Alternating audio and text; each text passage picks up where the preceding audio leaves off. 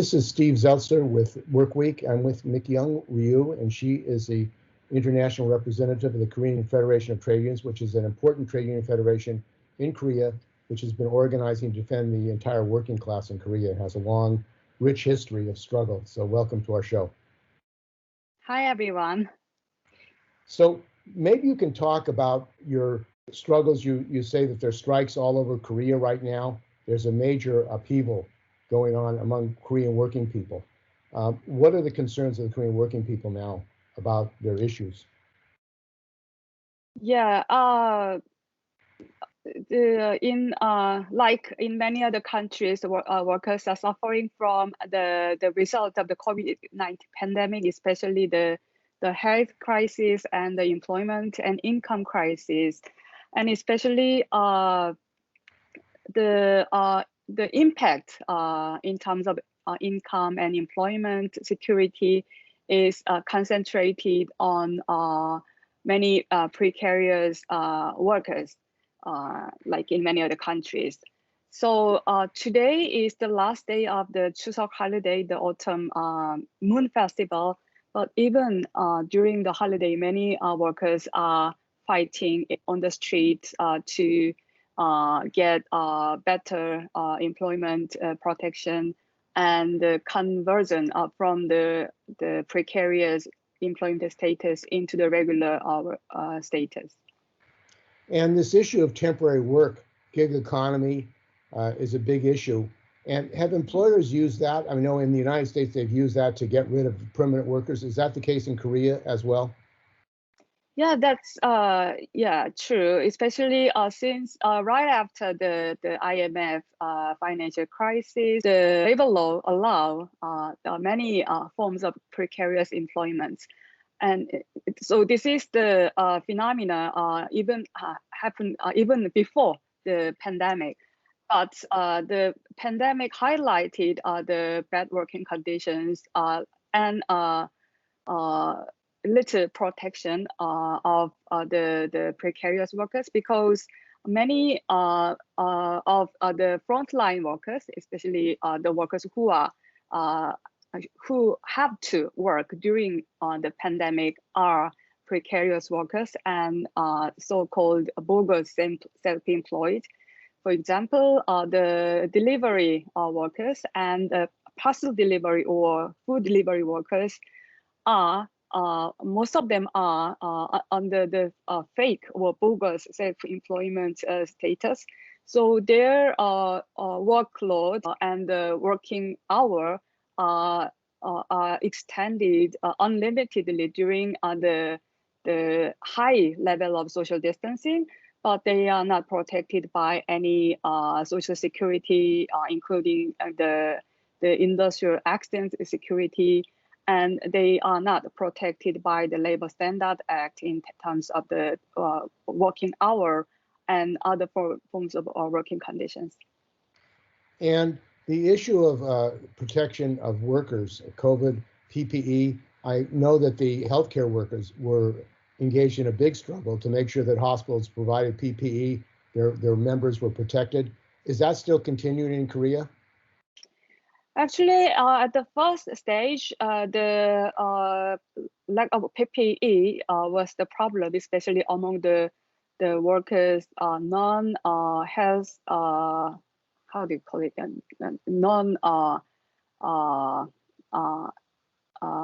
health service staffs who are working in hospital. For example, the cleaning workers or caregiving workers who are working in the hospital, they are not provided proper PPE. But the trade unions raised this issue very intensively, and later they can get the PPE properly. But the issue is the government's policy is much relying on the heavy workload of the healthcare workers. So now the issue of the for the healthcare workers is the heavy workload, and they are asking the government to improve the number of the nurses comparing to the patients nurses ratio, and the limits of working hours for the nurses. So nowadays, the working conditions for the nurses is a more important issue for us. And in the United States, the healthcare workers have been burned out. A lot of healthcare workers are quitting. They've been attacked because people have been told that they don't need masks, they don't need vaccines. It's created a very dangerous situation for healthcare workers and for the population as a whole. Do you have that problem at all in Korea with people? Yes, it's the big problem in Korea as well. So that's why our medical healthcare workers union went on a strike in some big hospitals and tried to get the government pledge to improve the working conditions. And according to the KPTU Healthcare Workers Solidarity Division, even in 3 public hospitals in Seoul metropolitan city, more than 600 nurses left from their position since the pandemic. And the other thing is what's happening with capitalism in the United States. The pandemic has been good for the big capitalists, the billionaires, Bezos, Amazon. It seems like there's been a massive transfer of wealth from the working class, regular people to the billionaires. Has that happened as well in Korea? Yeah, it's the same in Korea. So we don't have Amazon in Korea, but we have a similar the giant in the retail or e-commerce sector called Coupang. Actually, almost all, more than 60% of the workers who are working for Coupang, especially in Coupang, how do you call it, the logistics center, are daily workers, and their wages is very, very low, but Coupang made a lot of profits, and they even apply for the list in the US stock market. So they are, during the pandemic, the workers working in Coupang is suffering from the heavy workload, and even many workers died from the overwork. But the owner of Coupang is making a lot of profits. And the government, the Moon government, I know that the previous government were driven out by mass action of the unions, by the people, and there was hope that this government would be more sympathetic to the interests of working people. Are you disappointed in what has happened with this government as far as it representing the interests of working people? It's ridiculous because the Moon government declared themselves as a labor respecting government, and there is a symbolic event. What is the labor respecting actually mean for the government? This year, the government ratified the ILO Convention on Freedom of Association and the Right to Collective Bargaining, which was requested by the International Society for more than 30 years since the Korean government access to the International Labor Organization. But in order to make this ratification motion passed in the parliament, the government revised the labor law, especially the Trade Union Act, in a regressive way. So they ratify the convention in one hand, and they change the law in a worse way in the other hand. So that is the thing the government are doing. And the other thing is and this may be happening around the world, that under using COVID regulations, companies and governments are now preventing union organizing. Is that taking place in Korea? In other words, using the COVID restrictions, they're using those restrictions to prevent workers from organizing, communicating, and building solidarity.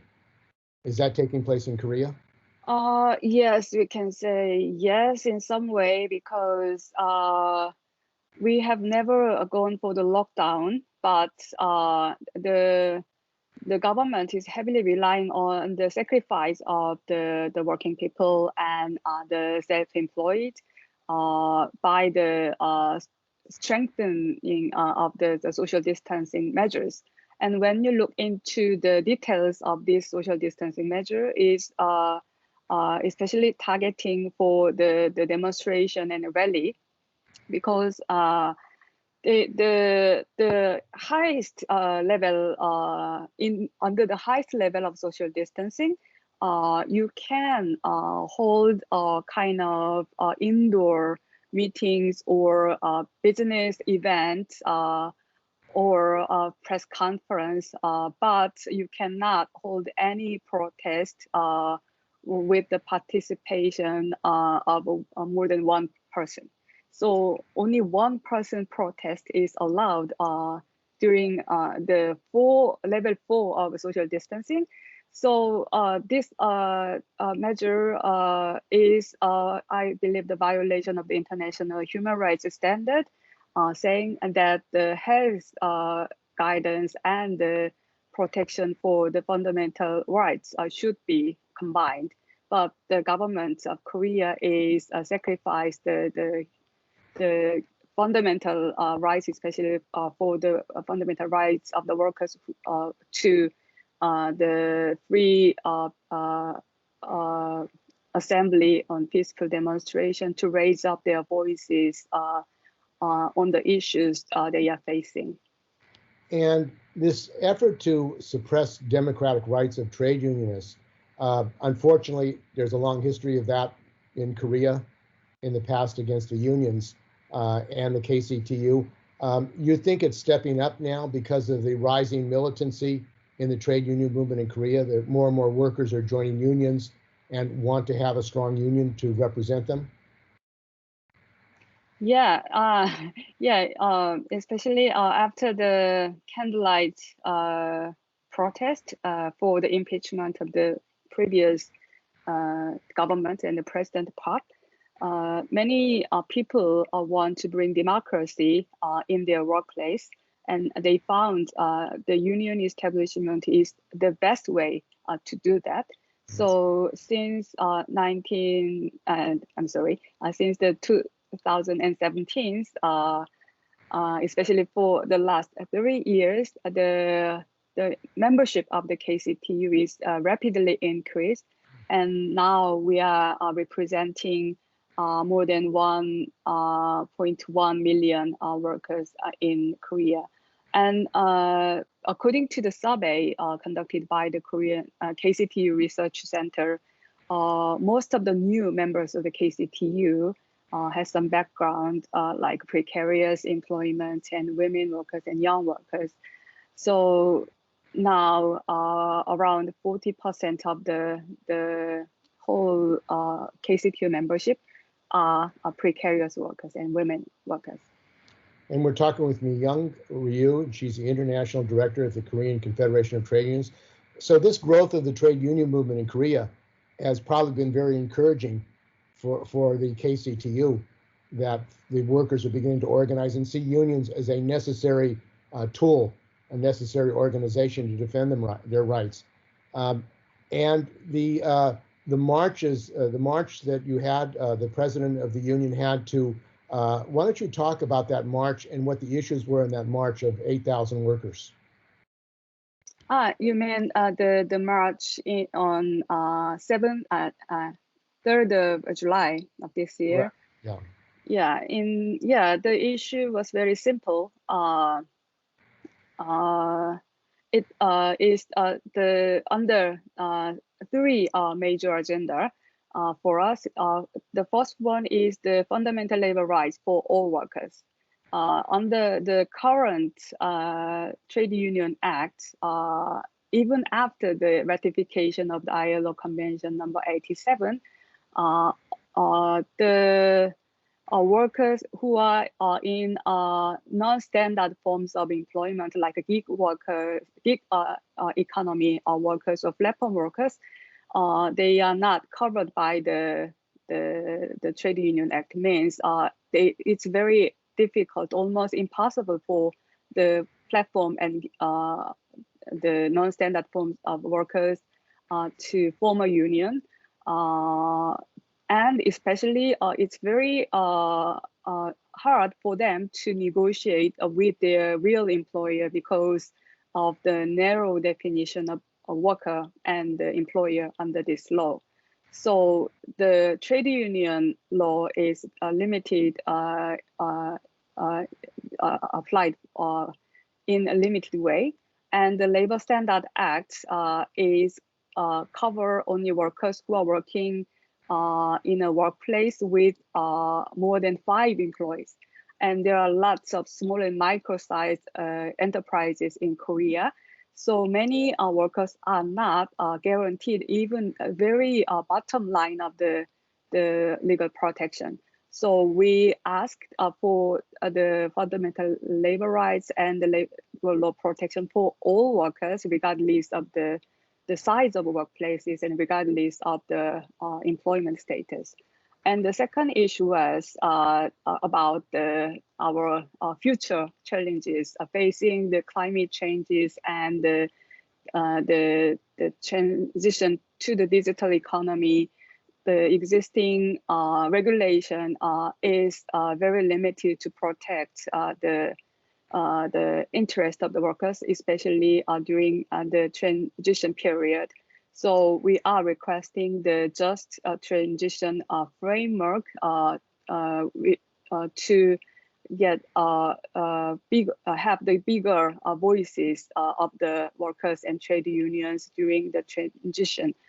And the third one is the COVID-19 pandemic revealed that the social protection system in Korea is so weak, and there are a lot of workers who are excluded from the existing social protection system. And so we requested the strengthen the public services and the social protection for all workers. So these are issues we raised during the demonstration. So, I mean, the issue of healthcare, national healthcare in the United States, is privately controlled. Workers right now are being charged for COVID infections. They're going bankrupt in the middle of a pandemic. So this is what capitalism is doing in the United States to workers. Is this, Korea did have a national healthcare system. Is that been privatized, or has that been cut back, or what is happening with workers' health and safety and healthcare in Korea? Actually, we have a universal healthcare system under the framework of national health insurance system.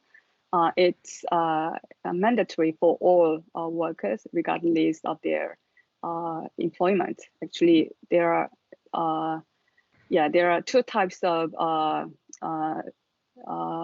program, but it's universally applied for all nations. But the problem is, under this system, we don't have any how do you call it, the benefits for in case of injury or disease. You can cover it for the medical expenditure, but in case you cannot work due to your disease or injury, you cannot cover it, nothing. So workers' compensation. Yes, so we are requesting workers' compensation from injuries. Yes, so we are requesting to introduce the new system for it. Yeah, so this is one of the issues when we say that to strengthen the social protection. And you had this, they had a march of 8,000 workers. What happened after that march? Yeah, as I mentioned before, the demonstration and rally is very much limited during this pandemic, and especially in Seoul metropolitan city. The government, the city government announced that in maybe November of 2020, the rally and demonstration with more than 10 persons is prohibited regardless of the central government social distancing measure. So when we declare that we will have a rally on that day, some weeks, 1 week before the date, the police, the metropolitan city government asked us to cancel this rally, but we say no. And then the police notified that all the rallies hosted by the KCT on that day would be prohibited. But it is so important for us to raise the concerns of the working people.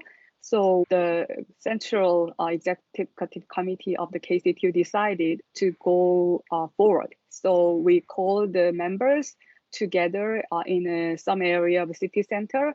And after securing some space on the city center, we held some 1 hour rallies with speeches and chant. Actually, it was unauthorized, but it is impossible for us to secure the authorized rally that period. But except the number of the participants, limitation of participants, like less than 10%, all the security and safety measures guided by the government was kept. For example, all the participants checked their body temperature before joining the rally, and they wear the mask for whole time of the rally, and they also try to keep the 2-meter distance between among others. So it was proceeded in very safe manner, and there is no violence during the rally. So the only violation of the law or the administrative notification is the number of participants. So there was the court, the police decided to charge the president of your union for that rally. Maybe you can talk about, was that because of the rally or because he has been supporting the idea of a general strike? Yeah, actually, right after the rally, the Seoul Metropolitan Police agents formed a special investigation unit against the KCTU, and they summoned more than 20 officers or leaders of the KCTU, especially who are holding a microphone during the rally and made a speech, and who led the march. And then they decide to apply the law, the infectious disease prevention and control law, and the demonstration and assembly law, and so on. So they after the investigation, the prosecutors decided to indict the KCTU president, Yang Kyung-soo, for violation of the infectious disease control law and the Assembly and Demonstration Act, and for the violation or obstructing the general traffic during the rally. So this prosecution of the union leader is a very long pending practice in Korea, but this time they are making use of the infectious disease control law for the union activity. And when they decide to take him in custody even before the trial, the police repeatedly said that there is a risk of a repetition of the crime. So it means their major concern is any further demonstration and assembly organized by the KCTU. So that's why we believe that this prosecution is targeted for the upcoming general strike. So it's preventive detention. they're saying they have to put him in jail to prevent him from continuing to organize. That's what they're saying. Now, the idea of a general strike, there hasn't been a general strike for some time in Korea. What is your plan for the general strike? What are your demands, and what do you hope to come out of this general strike? And is it indefinite? Is one day? What are the plans for the general strike? Actually, it's a one-day general strike for 20th of October. And the issue is the same what I mentioned for the slogan of the demonstration on July 3rd, because after the rally on July 3rd, there is no response from the government but detention of our president. So we are raising these issues again and again. And the leadership of the KCTU is visiting the workplaces and meet the union leaders to join the strike. And we cannot predict what happened on that day because the restriction on demonstration and rally is still put in place. So we maybe our members will come up with some creative idea to show their determination and show their demand in very creative way. But our goal and our target is getting people on the street as much as possible. And the president of your organization, the KCTU, he's in prison. Is one of the demands that he be released from prison? Yes, yeah, we are campaigning for his release, but it is not the major slogan of our rally. So we believe that the successful organization of the general strike on October 20th is the best way to get him released. And the issue of contract workers, temporary workers, is a global issue. Of workers all over the world, in the United States and Italy and South Africa and many countries, in China, there are a lot of contract workers. What do you see about the international movement building global solidarity around the issue of linking up this issue of fighting contract labor, temporary work as a global struggle for all workers? Yeah, global solidarity is very important because this is the global phenomena. And we are hearing many positive news from around the world. In many countries, they are getting some legal recognition that the contract workers are employee of certain platform companies. And in some countries, especially in Italy, they get the sectoral, national sectoral collective agreement to protect the workers in Amazon. So this positive movement made in other countries affect the campaign we are conducting in Korea. So the exchange of the good best practices in terms of organizing and the collective bargaining and the litigation or the legislation campaign is very important to make it forward, the working conditions of the gig economy and platform economy workers. And October 20th, are you would you support actions at Korean consulates and embassies around the world in solidarity with your general strike? Oh, it could be very helpful for us, but what we are watching in these days is the working conditions or even the fundamental rights and the democratic rights of the workers in many countries, especially in Asia, are being deteriorated. Since the February of this year, the Myanmar workers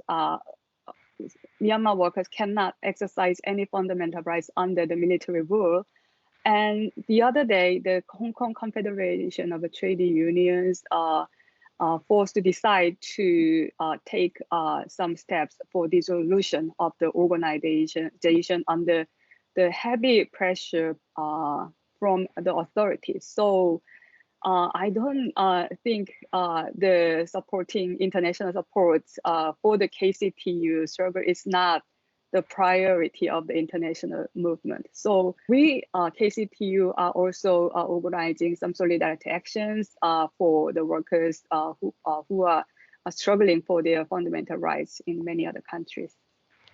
And the Korean government, seems to be a political attack on the leadership of the KCTU. That has a long history for the KCTU. Previous presidents have also been put in prison. So it seems like they're carrying on the attack on the labor movement and the KCTU. So it's again happening after this struggle. It seems like the KCTU, though, is not going to go away. You're going to continue this fight for the working class and to organize the working class. Yeah, the detention of the leader of the KCTU is not obstacle for the KCTU to organize further actions and further activity. Actually, when you make up your mind to stand as a leader of the KCTU, must predict that there is a possibility to go to jail. So the leaders of the KCTU are always prepared to go to jail, and the members of the officers of the KCTU also be prepared to lose their leaders during the struggle. So regardless of the prosecution and detention of our president, we will continue to fight for the rights of the workers. For temporary workers. Oh, the other thing I was going to ask you is communication and media. I know that your union has many TV and video and cultural programs. I was at KCTU had a yearly cultural festival where you all come together and there's music and art and poetry. Is that still happening in Korea? Now it can't happen because of the pandemic, but I mean the cultural work and the multimedia work of the KCTU is very important in showing your solidarity and educating workers. Is that still taking place in Korea? Yes, cultural activity is still very important for us. Even when we have a rally online, we organize the singing groups and dancing groups and make a performance to fit for the online event. So, for example, last year during the May Day, we called all our members to sing the International, and we put it together and make one video and show during our online rally. And at the same time, it happened globally as well. So last year's May Day rally, some unions in many countries bring the artists and singers or singing groups to sing a song, even under the lockdown at their home, and make a collage as a kind of online concert. So yeah, it shows that we are still connected under this social distancing period. So despite the COVID, workers are still communicating and building solid education. They're overcoming best they can. Yeah, even at global level. That is important. We need global solidarity to back each other up.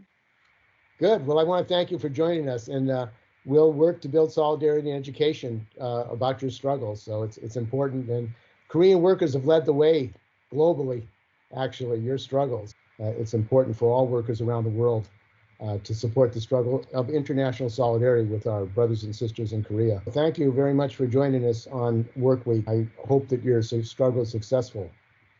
Thank you for inviting me, and thank you for your solidarity.